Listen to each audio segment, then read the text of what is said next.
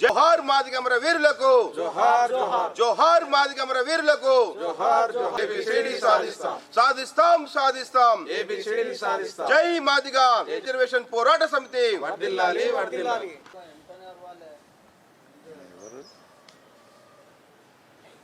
విలేకరుల సమావేశం ముఖ్య ఉద్దేశం ఏంటంటే ఈ నెల 27వ తారీఖున మహబూబ్నగర్ పట్టణ కేంద్రంలోని అంబేద్కర్ కళాభవన్లో మహబూబ్నగర్ జిల్లాలోని మాదిగ ఉపకులాలచే ఎంఆర్పిఎస్ ఆధ్వర్యంలో ఎంఆర్పిఎస్ జిల్లా స్థాయి సదస్సు నిర్వహించడం జరుగుతుంది. ఈ సదస్సుకు ముఖ్య అతిథులుగా రాష్ట్ర అధ్యక్షులు మేడి పాపయ్య గారు, అదేవిధంగా రాష్ట్ర కోర్ కమిటీ సభ్యులు హాజరవుతారు. ఈ యొక్క జిల్లా సదస్సు ముఖ్య ఉద్దేశం ఏంటంటే గతంలో బీజేపీ పార్టీ ఏదైతే హామీ ఇచ్చిందో కేంద్రంలో అధికారంలోకి వచ్చిన 100 రోజుల్లోనే ఎస్సీ వర్గీకరణ చేస్తా అని చెప్పి మాట ఇచ్చి మాట తప్పిన ప్రధానమంత్రి మోడీ గారు మొన్న విశ్వరూప సభ పేరిట హైదరాబాద్లో మీటింగ్ పెట్టి మరోసారి మాదిగలను మోసం చేసిన చరిత్ర బీజేపీ పార్టీకి ప్రధానమంత్రి నరేంద్ర మోడీ గారికి దక్కుతుంది. ప్రస్తుతం వచ్చే పార్లమెంట్ సమావేశాల్లో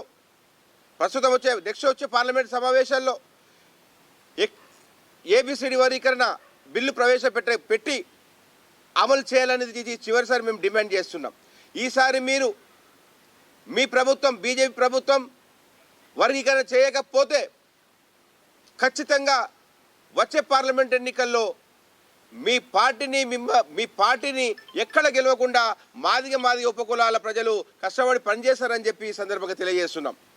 అదేవిధంగా గత శాసనసభ ఎన్నికల సందర్భంగా ప్రస్తుత ముఖ్యమంత్రి శ్రీ యనమల రేవంత్ రెడ్డి గారు ఎస్సీ వర్గీకరణకు మేము అనుకూలమని చెప్పి మేనిఫెస్టో పెట్టి హామీ ఇవ్వడం జరిగింది. ముఖ్యమంత్రి గారు మహబూబ్నగర్ జిల్లా మా జిల్లా వాసిగా మేము మీకు అప్పీల్ చేస్తున్నాం. ఏదైతే మీరు ఇచ్చిన మాట కట్టుబడి ఉండి మీరు వచ్చే అసెంబ్లీ సమావేశాల్లో ఏకగ్రీవ తీర్మానం చేసి అఖిలపక్షాన్ని ఢిల్లీకి తీసుకెళ్ళి ప్రధానమంత్రి నరేంద్ర మోడీపై ఒత్తిడి తెచ్చేలా మీరు చొరవ తీసుకోవాలని చెప్పి మేము ఈ సందర్భంగా మీకు అప్పీల్ చేస్తున్నాం. ఎస్సీ వర్గీకరణ కోసం దాదాపు 30 సంవత్సరాల నుంచి అనేక పోరాటాలు చేస్తే ఎంతోమంది మాదిగ వీరులు అమరులైన సందర్భం ఇది. అగ్రవర్ణాల ఉద్యమం ఒకలాగా ఉంటుంది, మాదిగల ఉద్యమం ఒకలాగా ఉంటుంది. 14 సంవత్సరాలు ఉద్యమం చేసే తెలంగాణను కేసీఆర్ సాధిస్తే అదేవిధంగా 9-10 ఏళ్లలో వైఎస్ జగన్ ఆంధ్రప్రదేశ్ ముఖ్యమంత్రి అయ్యాడు.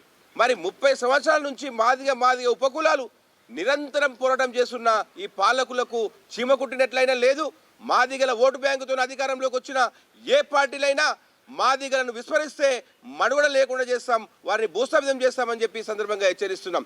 అదేవిధంగా ఈ యొక్క కొత్త ప్రభుత్వానికి కాంగ్రెస్ పార్టీ అధ్యక్షులు ముఖ్యమంత్రి రేవంత్ రెడ్డి గారికి మా ఎంఆర్పిఎస్ తరపున ఆర్థిక శుభాకాంక్షలు తెలియజేస్తూ ఏదైతే మీరు 6 గ్యారంటీల పథకం అమలు చేస్తున్నారో 6 గ్యారంటీల పథకంలో జనాభా దమాషా పథకం మాదిగల వాటా ఎంతనో మా వాటా మాకు ఇవ్వాలని చెప్పి ఈ సందర్భంగా మిమ్మల్ని కోరుతున్నాం. గతంలో ఇచ్చిన ప్రభుత్వ హామీలన్నీ తుంగలో తొక్కబడ్డాయి. 3 ఎకరాల భూ పంపిణీ లేదు, దళిత బంధు సక్రమంగా అమలు లేదు, డబల్ బెడ్రూమ్లో మాదిగల జనాభా దమాషా ప్రకారం వాటా లేదు.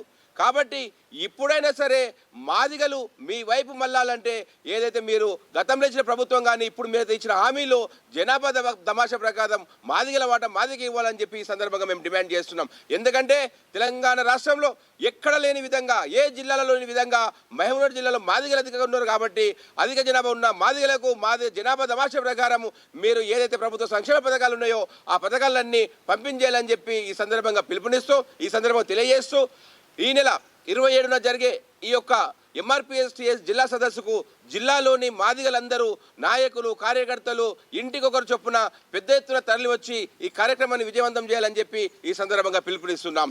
జై మాదిగ. ఈరోజు రాష్ట్ర కమిటీ పిలుపు మేరకు అన్ని మండల కేంద్రాల్లో మండల కమిటీలు కానీ గ్రామ కమిటీలు కానీ కార్యక్రమాలు జరుగుతూ ఉన్నాయి.